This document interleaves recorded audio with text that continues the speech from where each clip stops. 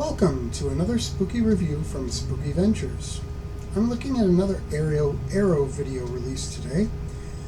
This time it's the Blu-Ray edition of Flatliners.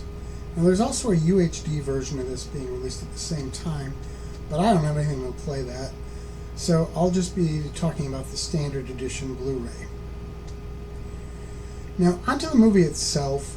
I remember when this was originally released in 1990. It seemed at the time that everyone was talking about it. I remember seeing it once or twice when it was first released on home video, but not being all that impressed with it. Well, times change, and after all those years, I think I have a better appreciation of the film. But put another way, I get it. It clearly had an all-star cast, from Julia Roberts to Kiefer Sutherland and Kevin Bacon. Now, interestingly, of those three, I have very different takes on each. I've never really cared for Julia Roberts. I don't know why, but she's never really clicked for me. Kevin Bacon I love in Tremors, but overall I'm more or less neutral toward him. Now, Kiefer Sutherland is an actor I've always liked a lot. So, in terms of the big names in the cast, I came into this fairly neutral. The movie centers around a group of medical students who are trying to answer the age-old question of, is there something after death? Now, they're doing it by stopping their hearts under controlled conditions, with the others then working to bring the person back after a short period of time. And they get interesting enough results after the first time to keep them motivated for further attempts. A dark side starts to manifest, though.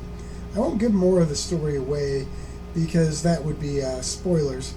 And if you like me, haven't seen it in years, I bet you have forgotten a lot of it. I know I had. I'd also bet there's a whole generation who has never seen the movie. And while this has some horror elements to it, overall, I'm not sure I'd call it horror, but perhaps more dark fantasy. That said, it is definitely spooky, warranting the coverage here. Whatever you label it as, though, it's a compelling and a very intriguing film. I'm not completely sold on the ending myself because I think I would have preferred a different type of resolution. I mean, that's all personal preference, though. This particular edition is remastered both visually and audio-wise, and it looks and sounds great. There are a number of bonus features included too, but the movie itself is the real gem here. I doubt many people will watch the interviews more than once or twice. Still, they are worth having and more or less icing on the cake. All in all, this is quite the tasty morsel.